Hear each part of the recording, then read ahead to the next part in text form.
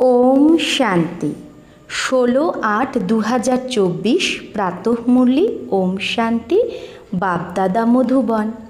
বাবা বলেছে, মিঠে বাচ্চে, আমি বিদেহী বাবা তোমাদের দেহধারীদের বিদেহী বানানোর জন্য পড়াচ্ছি।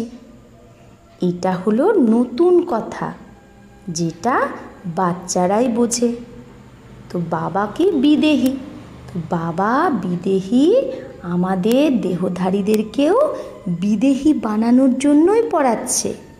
আর এটা একদম নতুন পড়া, তার জন্য এই পড়াটা একমাত্র বাচ্চারাই বোঝে। প্রশ্ন, বাবার একটা কথা বারবার বোঝানোর দরকার কেন পড়ে? তাহলে বাবার কেন একটা কথা বারবার আমাদের বোঝাতে হয়? উত্তর, কারণ বাচ্চারা ঘড়ি ঘড়ি ভুলে যায়। আমরা ঘড়ি ঘড়ি ভুলে যাই। কোনো কোনো বাচ্চা বলে, বাবা তো সেই একই কথা বারবার বোঝায়। বাবা বলে, বাচ্চা, আমাকে নিশ্চয়ই সেই কথাই শোনাতে হবে, কারণ তোমরা ভুলে যাও। তোমাদের মায়ার তুফান হয়রান করে।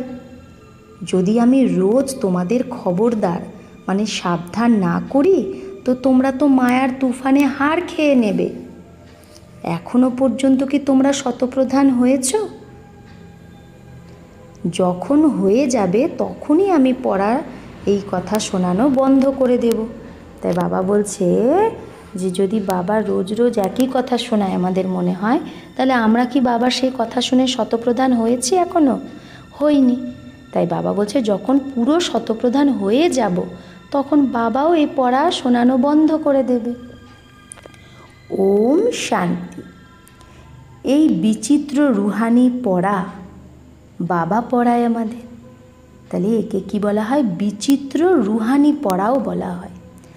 নতুন দুনিয়া সত্যযুগেও দেহধারীরা একে অপরকে পড়ায়। সত্যযুগে কি হবে? যে টিচার হবে সেও দেহধারী, যে স্টুডেন্ট হবে সেও দেহধারী। কিন্তু এখন সঙ্গমে যে আমাদের পড়াচ্ছে সে তার কোনো দেহ নেই, অর্থাৎ চিত্র নেই, তাই সে বিচিত্র। আর রুহানি পড়া এটা। তো নলেজ তো সবাই পড়ায়, তাই সত্যযুগেও পড়াবে, কিন্তু সেটা দেহধারীকে পড়াবে। আর এখানেও পড়াচ্ছে বাবা। দুনিয়ায় তো সব দেহধারী একে অপরকে পড়ায়। এই রকম কখনোই হয় না যে বিদেহী বাবা বা রুহানি বাবা পড়ায়, তাই না? সেখানে মানুষ মানুষকে পড়ায়। এটা একমাত্র এই সময়ই হয়। শাস্ত্রেও শ্রীকৃষ্ণ ভগবানুবাচ লিখে দিয়েছে। সে তো শ্রীকৃষ্ণ ভগবানুবাচ যে লিখেছে শাস্ত্রে, তো শ্রীকৃষ্ণ তো জিসমানি হয়ে গেল, মানে দেহধারী। এই নতুন কথা শুনে মানুষ কনফিউজড হয়ে যায়। তোমাদের মধ্যেও নাম্বারবার পুরুষার্থ অনুসারে বোঝে যে রুহানি বাবা আমাদের রুহদের পড়ায়। এটা হলো নতুন কথা। শুধু এই সঙ্গমেই বাবা নিজে এসে বলে, ব্রহ্মার দ্বারা আমি তোমাদের পড়াই। জ্ঞানের সাগর, শান্তির সাগর, সব আত্মাদের বাবাও সে। এটা বোঝার ব্যাপার না, এখানে তো দেখার কোনো ব্যাপার নেই। আত্মাই হলো মুখ্য, আর আত্মা হলো অবিনাশী। শরীর তো বিনাশী। এখন সেই অবিনাশী আত্মা বসে পড়ায়। বাবাও তো একটা আত্মাই না? ভালে তোমরা সামনে দেখছো যে ব্রহ্মা তো সাকারে বসে আছে, কিন্তু এটা তোমরা জানো যে এই জ্ঞান দেহধারী দিচ্ছে না, জ্ঞান দিচ্ছে বিদেহী বাবা, যে ব্রহ্মার ভ্রুকুটিতে বসে আছে। কিভাবে জ্ঞান দিচ্ছে সেটাও তোমরা জানো। মানুষ তো খুব মুশকিলই বোঝে। তোমাদের কত মেহনত করতে হয়, মাথা মারতে হয় অন্যদের নিশ্চয় করানোর জন্য। তারা তো বলে দেয় নিরাকারের কোনো নাম রূপ দেশ কালই নেই। সেই বাবা এখন নিজে বসে পড়ায়, বলে আমি হলাম সব আত্মাদের বাবা, যাকে তোমরা দেখতে পারো না, দেখা যায় না। তোমরা বোঝো যে সে হলো বিদেহী। জ্ঞান, আনন্দ, প্রেমের সাগর সে। সে কিভাবে পড়াবে? বাবা নিজে বোঝায় যে আমি কি করে আসি, কার আধার নিই। আমি কোনো গর্ভে জন্ম নিই না, আমি কখনো মানুষ বা দেবতা হই না। দেবতারাও তো শরীর নেয়, আমি তো সদৈব অশরীরই থাকি। তাই বাবা বলছে আমারও ড্রামায় এই পার্ট আছে যে আমি কখনো পুনর্জন্মে আসি না। তো এটা বোঝার ব্যাপার না, দেখা তো যায় না বাবাকে। মানুষ তো ভাবে শ্রীকৃষ্ণ ভগবানুবাজ, ভক্তিমার্গে রথও কীরকম বানিয়েছে। বাবা বলে বাচ্চা তোমরা আবার কনফিউজড হওনি তো? যে ভক্তি আর জ্ঞানের মধ্যে তোমরা কনফিউজড হও না তো, যে ওটা ঠিক না এটা ঠিক? যদি কিছু না বোঝো তো বাবার কাছে এসে জিজ্ঞেস করো। না জিজ্ঞেস করলেও বাবা তো সব কিছু বোঝাতেই থাকে, কিন্তু তাও যদি তুমি কিছু না বোঝো বাবাকে জিজ্ঞেস করো। আর বাবা তো এমনিই সব বলে দিচ্ছে, তাই তোমাদের জিজ্ঞেস করার আর কিছু দরকারই থাকে না।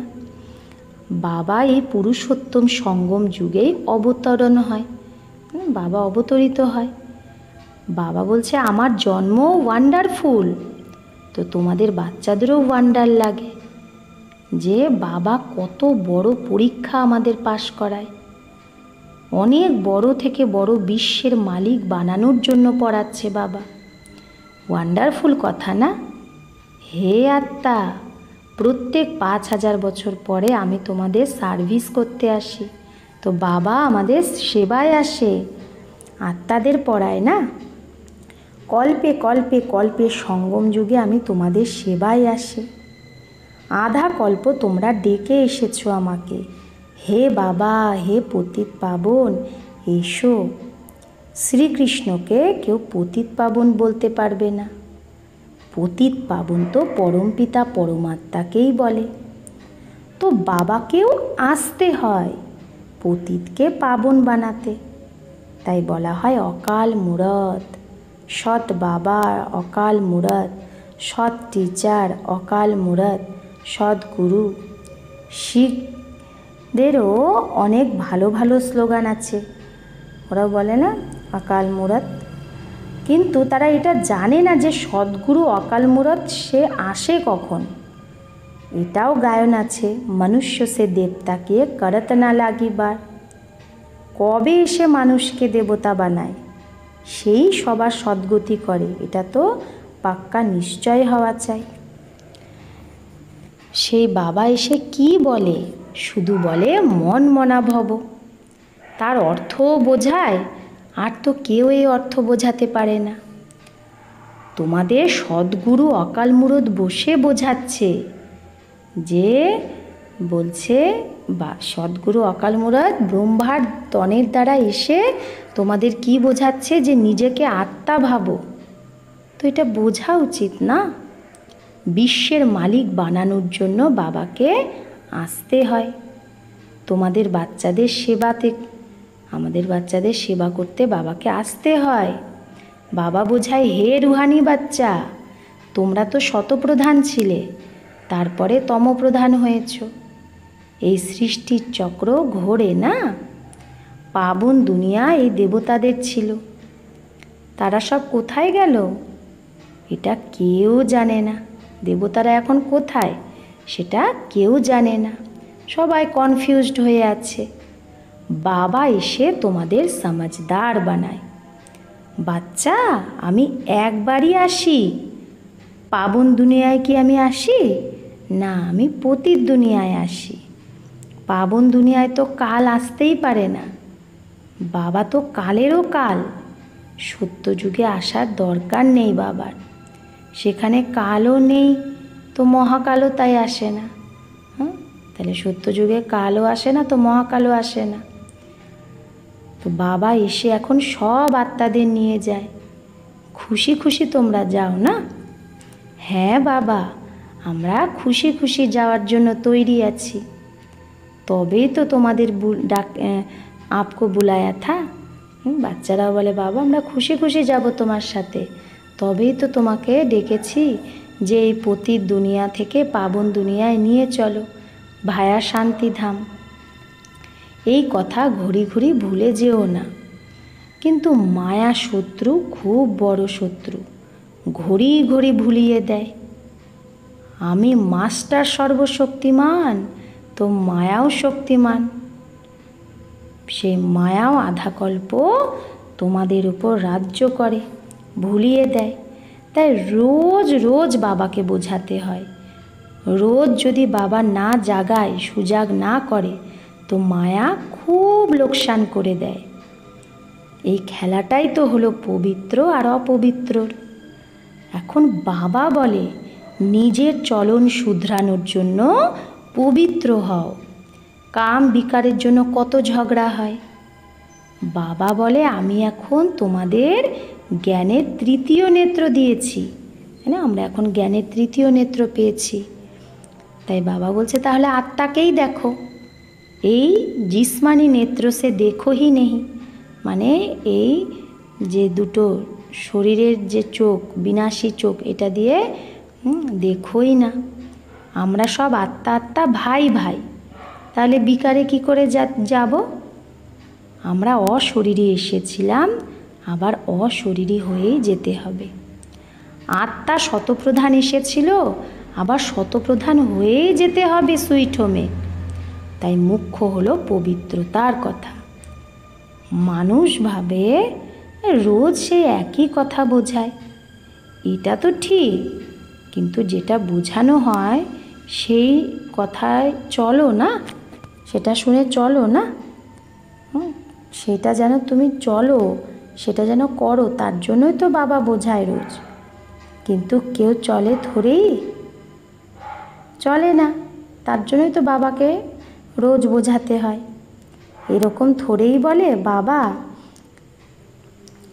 হ্যাঁ, বাচ্চারা কীরকম বলে যে বাবা তুমি যেটা রোজ রোজ আমাদের বোঝাও সেটা আমি ভালোভাবে বুঝে নিয়েছি, এখন আমি তমপ্রধান থেকে শতপ্রধান হয়ে যাব। আপ ছুটে, বাবা তুমি এখন আমার এই এত মেহনত করছো আমার প্রতি, তুমি এখান থেকে মুক্ত হয়ে যাবে। আমার প্রতি যে মেহনত করেছো, তো আমি শতপ্রধান হয়ে যাব। এরকম তো বাচ্চারা বলে কি? বলে না। তাই বাবাকে রোজ বোঝাতে হয়। কথা তো একটাই, কিন্তু বাচ্চারা করেই না, বাবাকে ইয়াদই করে না। বলে বাবা ঘড়ি ঘড়ি ভুলে যায়। তাই বাবাকেও ঘড়ি ঘড়ি একই কথা বলতে হয় ইয়াদ দেওয়ার জন্য। তোমরাও একজন আর একজনকে এটাই বোঝাও যে নিজেকে আত্মা ভেবে পরমাত্মাকে ইয়াদ করো, তো তোমার পাপ কেটে যাবে। আর কোনো উপায় নেই। শুরু আর অন্তে এই কথাই বাবা বলে। ইয়াদের দ্বারাই শতপ্রধান হতে হবে। নিজে লেখে, বাচ্চারা নিজে লেখে বাবাকে চিঠি, বাবা মায়ার তুফান আমাকে ভুলিয়ে দেয়। তাহলে কি বাবা সাবধান করবে না, ছেড়ে দেবে? বাবা জানে নাম্বারবার পুরুষার্থ অনুসারে সব বাচ্চারা আছে। যতক্ষণ না শতপ্রধান হবে ততক্ষণ তো পরমধাম যেতে পারবে না। লড়াইয়েরও কানেকশান আছে এটার সাথে। লড়াই তখনই লাগবে যখন তোমরা নাম্বারবার পুরুষার্থ অনুসারে শতপ্রধান হয়ে যাবে। জ্ঞানটা তো 1 সেকেন্ডের। বেহদের বাবাকে পেলে এখন তার থেকে বেহদের সুখ তখনই পাবে যখন পবিত্র হবে। পুরুষার্থ ভালো করে করতে হবে। কেউ তো কিছু বোঝেই না, বাবাকে ইয়াদ করার বুদ্ধিটাও নেই, আকালই নেই। কখনো এই পড়াটা পড়েইনি। সারা চক্রে নিরাকার বাবার কাছে কেউ পড়ে না। তো এটা নতুন কথা না, সত্য থেকে কলি অবধি তো কেউ নিরাকার বাবার কাছে পড়ে না, তাই এটা নতুন কথা। বাবা বলে আমি তো প্রত্যেক 5000 বছর পর পরে আসি তোমাদের শতপ্রধান বানাতে। যতক্ষণ না তোমরা শতপ্রধান হবে ততক্ষণ তোমরা এই পদও পাবে না। যেরকম অন্য পড়াতে ফেল হয় সেরকম এটাতেও ফেল হয়ে যায়। শিব বাবাকে ইয়াদ করলে কি হবে সেটাও বোঝে না অনেকে। তো বাবা, তার মানে বাবাকে ইয়াদ করলে নিশ্চয় বাবার বর্ষা পাবে। বাবা একবারই বোঝায়, যার দ্বারা তোমরা মানুষ থেকে দেবতা হয়ে যাও। তোমরা দেবতা হয়ে যাবে তখনই তো নাম্বারবার সবাই আসবে পাঠ বাজাতে। এত সব কথা যারা বুড়ি আদি বয়স্ক তাদের বুদ্ধিতে বসেই না। তো বাবা বলে নিজেকে আত্মা ভেবে বাবাকে ইয়াদ করো, ব্যাস সেই শিব বাবা সব আত্মাদের বাবা। শরীরের বাবা তো প্রত্যেকে নিজের নিজের আছে, শিব বাবা তো হলো নিরাকার, তাকে ইয়াদ করতে করতে পবিত্র হয়ে শরীর ছেড়ে আবার বাবার কাছে গিয়ে পৌঁছাতে হবে। বাবা বুঝায় তো অনেক, কিন্তু সবাই একরস বোঝে না, মায়া ভুলিয়ে দেয়। একেই তো যুদ্ধ বলে। বাবা কত ভালোভাবে বসে বোঝায়, কত কথা মনে করায়। মুখ্য যে ভুল হয়েছে সেটা লিস্ট বানাও। বাবা বলছে মুখ্য যে ভুল করেছ সেটা লিস্ট বানাও। এক বাবাকে বলে দিয়েছ সর্বব্যাপী, এটা একটা ভুল। এখন ভগবান বলছে আমি সর্বব্যাপী না, সর্বব্যাপী তো 5 বিকার, যেটা সবার মধ্যে আছে 5 বিকার। তো এই যে ভগবানকে সর্বব্যাপী বলা, এটা কত বড় ভুল। গীতার ভগবান শ্রীকৃষ্ণ না, পরম পিতা পরমাত্মা শিব হলো গীতার ভগবান। তো এই ভুলগুলোকে শুধরাও, তবেই তো দেবতা হবে। কিন্তু এরকম কখনো কোনো বাচ্চা লেখেই না যে আমি এই রকম বুঝিয়েছি যে এই ভুলের কারণেই ভারত পাবন থেকে পতিত হয়েছে। এরকম যে বাচ্চারা বোঝাই না। তো এগুলো তো বলতে হবে। ভগবান সর্বব্যাপী কী করে হতে পারে? ভগবান তো একজন, যে সুপ্রিম বাবা, সুপ্রিম টিচার, সুপ্রিম সদ্গুরু। কোনো দেহধারীকে সুপ্রিম ফাদার, টিচার, সদ্গুরু বলে না। শ্রীকৃষ্ণ তো সারা সৃষ্টিতে সব থেকে উঁচু। হ্যাঁ, এই সৃষ্টির মধ্যে তো শ্রীকৃষ্ণের আত্মাটা সব থেকে শ্রেষ্ঠ।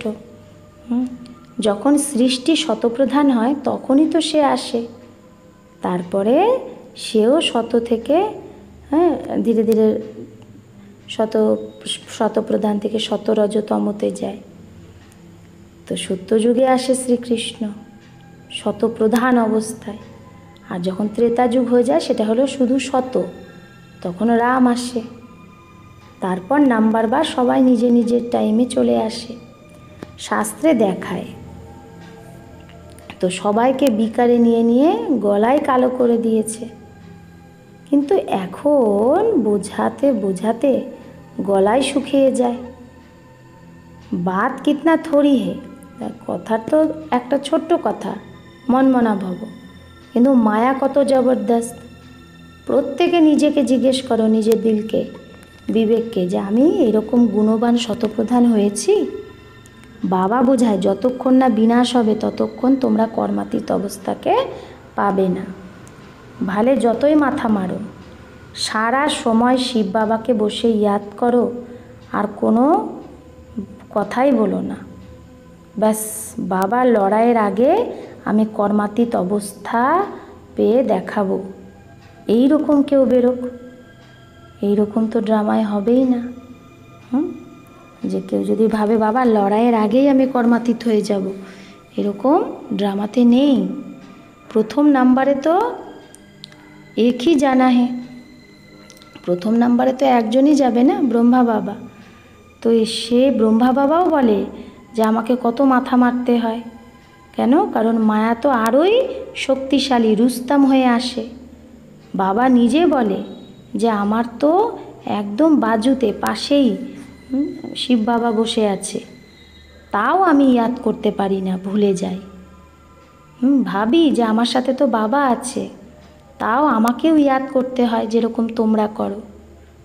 এইরকম না যে আমার তো সাথে আছেই, আমার শিব বাবা তো আমার পাশেই আছে বসে, এতেই খুশি হয়ে গেলে চলবে না।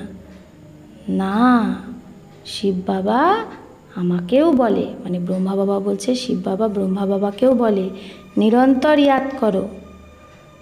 साथ वाले तुम रुस्तम हो, तुमको तो और ही जास्ती तूफान आएंगे।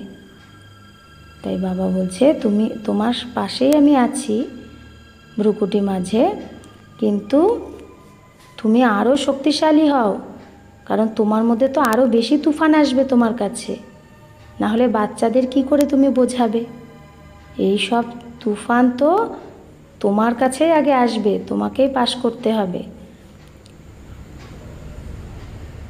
তো मैं उनके इतने नज़दीक बैठे हुए भी, তাই ব্রহ্মা বাবা বলছে আমি শিব বাবার এত কাছে থাকা সত্ত্বেও কর্মাতীত অবস্থাকে পাচ্ছি না, তাহলে দ্বিতীয় কে এরকম হবে? এই মঞ্জিল, এই লক্ষ্য খুব উঁচু। ড্রামা অনুসারে সবাই পুরুষার্থ করতে থাকে। ভালে কেউ এরকম চেষ্টা করে দেখাক যে বাবা, যদি এরকম কেউ বলে আমি চেষ্টা করব যে বাবা আমি তোমার আগে কর্মাতীত অবস্থা পেয়ে এইটা হয়ে দেখাবো, যে ব্রহ্মা বাবার আগে কর্মাতীত অবস্থা পাবো, এটা তো হতে পারে না, এটা ড্রামা বানায়া। তোমাদের পুরুষার্থ খুব করতে হবে।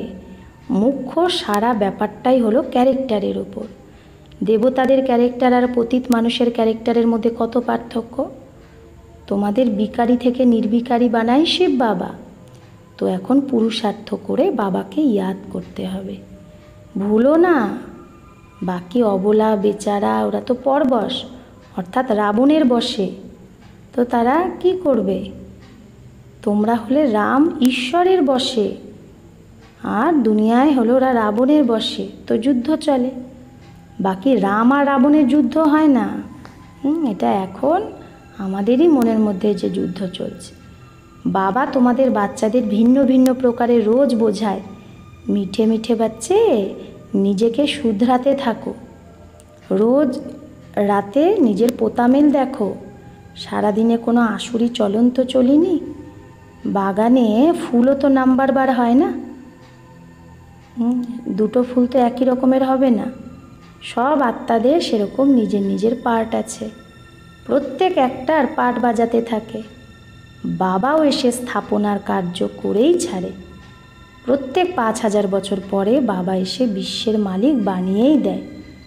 বেহদের বাবা না, তাই নিশ্চয়ই সে নতুন দুনিয়ার বর্ষায় দেবে। अच्छा, मीठे मीठे सिकिलाधे बच्चों प्रति माता पिता बाप दादा का याद प्यार और गुड मॉर्निंग। रूहानी बाप के रूहानी बच्चों को नमस्ते। हम रूहानी बच्चों की रूहानी माता पिता बाप दादा को याद प्यार गुड मॉर्निंग और नमस्ते नमस्ते नमस्ते।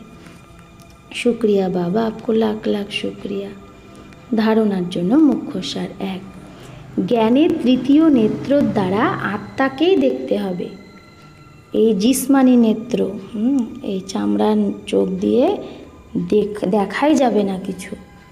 অশরীরী হওয়ার অভ্যাস করতে হবে, সারাদিনে অশরীরী হওয়ার অভ্যাস করতে হবে।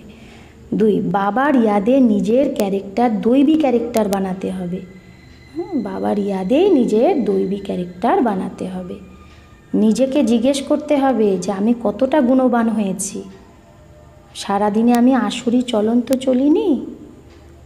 বরদান, সদা কেয়ারফুল থেকে মায়ার রয়্যাল রূপের ছায়া থেকে যে সেফ থাকে সেই মায়াপ্রুভ ভব।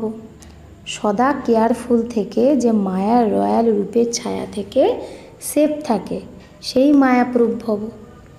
বর্তমান সময় মায়া रियल जे समझ को महसूसता की शक्ति को गायब कर रंग को राइट अनुभव कराती है। बर्तमान समय माया एमन शक्तिशाली जे आमादेर जे रियल बोझार क्षमता, अनुभव करार क्षमता एगुलोके गायब करे भूलटाकेई ठीक मने कराय। जेरकम केउ जादू मंत्र करे तो परबश हये जाय ना, एई रकम रय्याल माया रियालके बुझते देय ना, सठिक कि प्रकृत कि सेटा बुझते देय ना। ताई बाप दादा अटेंशने डबल आंडारलाइन कराচ্ছে। এই রকম কেয়ারফুল থাকো যাতে মায়ার ছায়া থেকে সেফ মায়াপ্রুফ হয়ে যাও। সদা কেয়ারফুল থাকো যে কোনোভাবে মায়া তো ধোঁকা দিচ্ছে না। বিশেষ মন বুদ্ধিকে বাবার ছত্রছায়ার সাহারায় নিয়ে এসো। তাহলে মন বুদ্ধির দ্বারাই তো মায়া প্রবেশ করে। মনের মধ্যে উল্টোপাল্টা সংকল্প হয়, বুদ্ধি এদিকে ওদিকে যায়। তাই বাবা বলছে মন বুদ্ধিকে বাবার ছত্রছায়ার সাহারায় নিয়ে এসো, তাহলে মায়া ধোঁকা দিতে পারবে না আর মায়া প্রুফ হয়ে যাবে।